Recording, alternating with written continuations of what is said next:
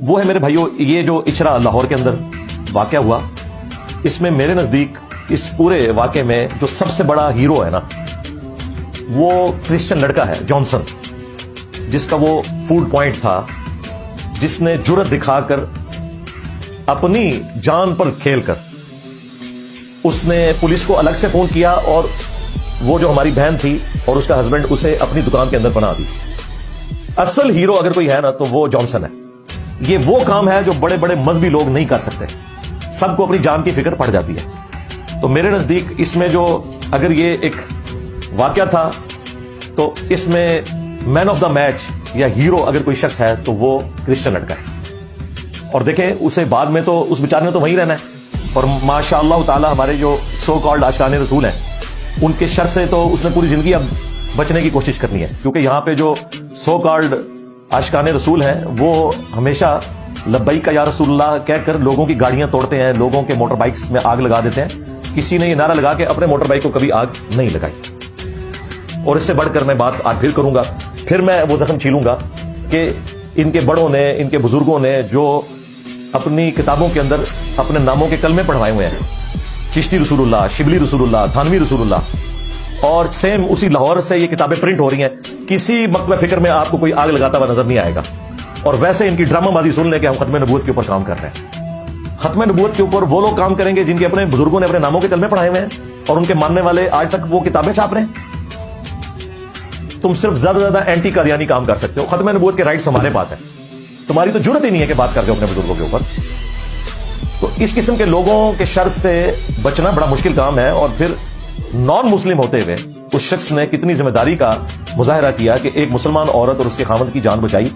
اور بر وقت اطلاع کی اس پولیس ڈپارٹمنٹ کے اندر، جس کو پہنچتے ہوئے آلموسٹ وہاں پہ 15-20 منٹ تو لگ گئے۔ ان 15-20 منٹوں میں کچھ بھی ہو سکتا تھا،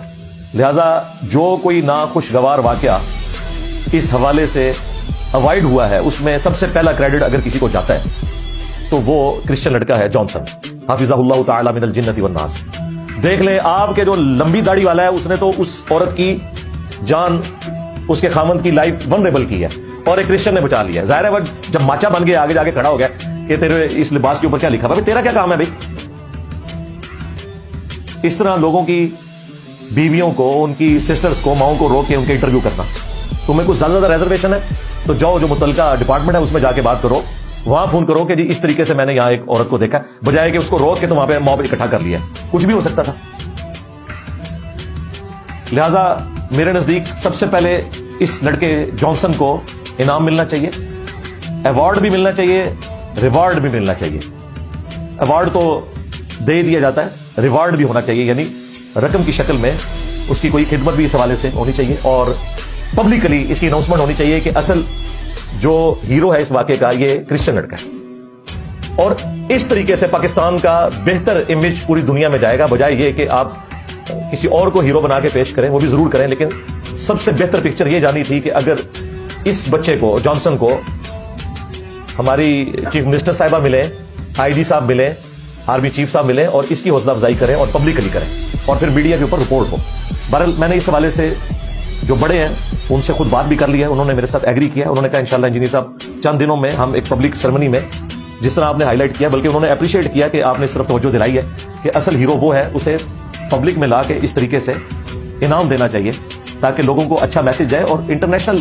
لیول کے اوپر کتنا اچھا امیج جائے گا، جو یہ ہم امیج بنانے کی کوشش کرتے رہتے ہیں۔ امیج تو اس صورت میں جائے گا جب ایک اسلامی جمہوریہ پاکستان جیسا ملک جو دنیا میں اپنے آپ کو ٹھیکیدار سمجھتا ہے اسلام کا،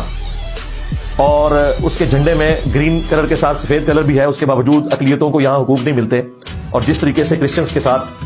ان کی پرسیکیوشن ہوئی ہے پچھلے 70 سالوں کے اندر، یہ بھی جڑا والا واقعہ جو ہے وہ کوئی زیادہ دور نہیں ہے، درجنوں کی تعداد میں گرجے جلائے گئے۔ یہ سارا کچھ ہوتے ہوئے زیادہ ضروری چیز یہ تھی کہ ہمارے آرمی چیف، ہمارے پرائم منسٹر جو اب آنے والے ہیں، یا چیف منسٹر یا آئی جی صاحب، ان کو ملتے ہیں، اور ہمارے بڑوں نے ایگری کیا کہ انشاءاللہ عنقریب اس حوالے سے پیش رفت دیکھنے کو ملے گی۔